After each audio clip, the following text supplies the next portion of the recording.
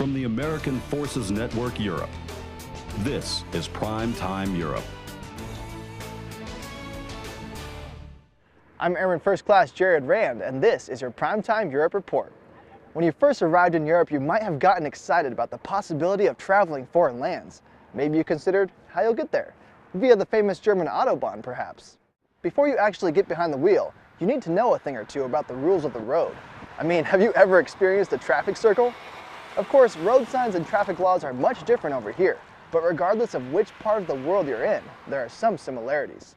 For instance, the words red, green, amber, and black should mean something to you. If these colors aren't ringing any bells, you haven't experienced a winter on the road here. They're the road condition color indicators used by the US military for official vehicles to keep you safe when driving conditions worsen. Check your wing or garrison's website for a full explanation on how they might affect you as the winter season approaches. In the meantime, Air Force Staff Sergeant Jason Bailey introduces us to someone who spends the winter months sliding across icy roads. There's a lot of accidents that happen. Driving a car on ice and snow can be dangerous, especially if you've never done it before. There are people in the Air Force who have never even seen snow, and now they're driving in it. Security Forces airmen monitor road conditions and report them to the base. It helps people know exactly what they're facing before they are on the road. They patrol main roads like the Autobahn and back roads with a checklist in hand, looking for ice and snow. So I can't just show up to work and say, oh, I don't think anybody needs to come to work today and say we need to go into Rokon Black. No, there are steps that we have to follow. Like briefing the base commander, who then makes the decision. Rokon Amber on and off base. I'm Air Force Staff Sergeant Jason Bailey, AFN News. I'm at the 52nd Fighter Wing Sabre driving course on Spangdahlem Air Base, Germany. Behind me, some first-term airmen are testing out their driving skills, so they're ready to hit that no speed limit Autobahn. This one-of-a-kind course incorporates several elements of driving, like inclement weather and how to handle cars properly when you lose control. Evade. Oh, snap. Oh my God! It puts you in situations you might find yourself in, just short of an actual accident. It's scary. But don't worry, a trained professional is right next to you the whole time.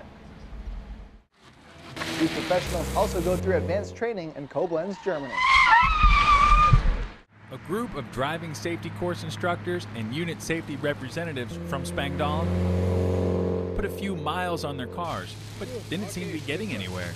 They're at an advanced driving skills course, and for some, first time at a course like this. how is this course helping? Knowing the limits of my car in different conditions is always good to know. You're doing it in a safe environment. And practicing things like Emergency braking. after the training, what's next? When they take that information back and pass that on through their unit briefs. Okay, and fire. When we do get into this type of weather that we see here today, this is when they can start passing that on to the airmen and just making them cautious. Talk to your safety reps if you'd like to attend a driving safety course at your base. Reporting from Spangdahlem Air Base, I'm Staff Sergeant Richard Kalfers. And this is your job? Sorry, this is Tech Sergeant Shane Newell, the traffic safety manager here, and he's been here for about 8 years now. Given your experience, how important is it for someone from, say, Minnesota to take a course like this? Highly important. We got different road conditions, different narrow roads, less shoulder, just overall really tight squeeze on a lot of our roads here. So once you get out of control, there is not a whole lot of margin for error. Do you see a lot of problems with speed with service members? Yeah, definitely. Most all the off-base roads are 100 clicks. That's perfect conditions. So you add road design, inclement weather, handling abilities of our American cars that we bring over here, you definitely have a problem there of not slowing down to a comfortable speed to make those and negotiate those turns. Well, thank you so much, Tech Sergeant Newell. So driving here sober and alert is hard enough. Imagine doing it drunk or tired. Which do you think is worse? Where's the deer at? I know he's there. All right, 55, right? Another giant truck, definitely. Can I go off the road? Can I go around? Seriously, bro, what are you kidding me?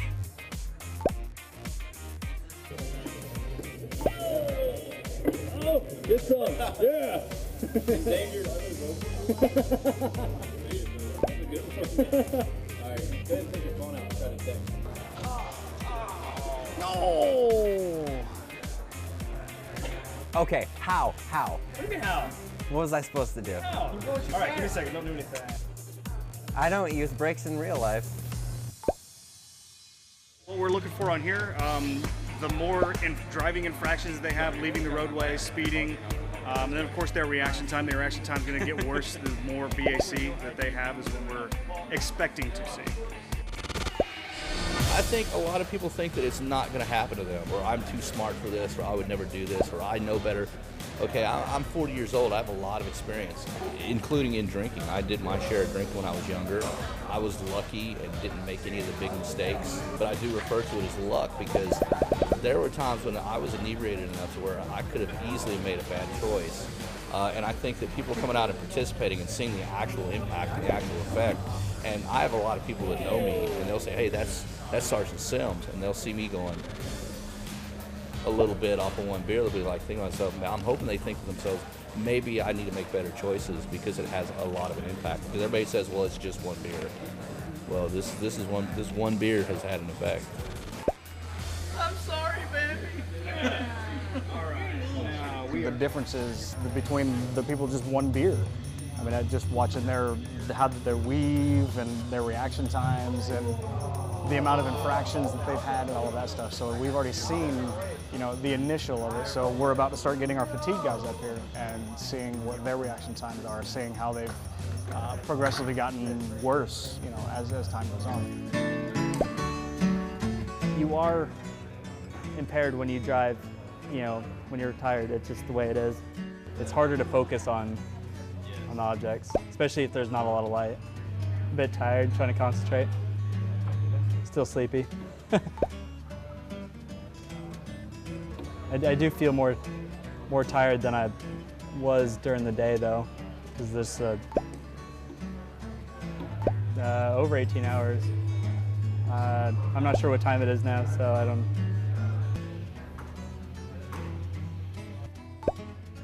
Okay, I'm on birthday now. That's a full text. I'm gonna run somebody over. If you crash, you're not gonna get there. Oh, there it is. You got it. Look at it. An hour nap can save your car, your life, or somebody else's life. I've had a lot of alcohol in the family growing up, and there were certain circumstances that's the nugget that's in the back of the head type thing. I want to keep somebody from being in that situation. So if I can do that by doing stuff like this, that's the payback for that little nugget that I had to learn the hard way. Not always. What did you hit? A deer. A deer. Again. So I'm driving on a pretty typical German country road, and of course, it's wet. Now I'm actually going below the speed limit, but it feels a lot faster because of these conditions.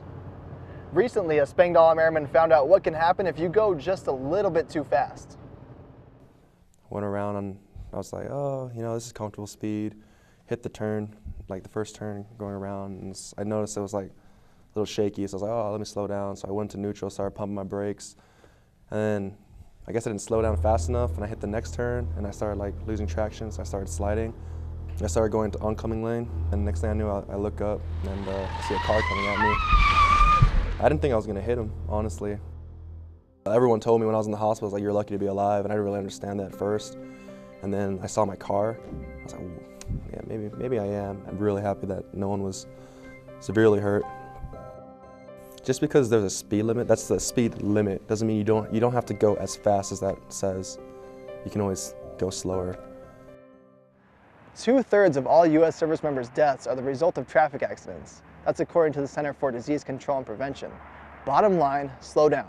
We get it, AFN's beating another dead horse, but you just heard the statistics and you've seen what resources are available to you. Do something about it and we'll put down the stick, so to speak. That about does it for this week's Primetime Europe Report. From the 52nd Fighter Wing Sabre driving course on Spangdahlem Air Base, Germany, I'm Airman First Class Jared Rand. Thanks for watching.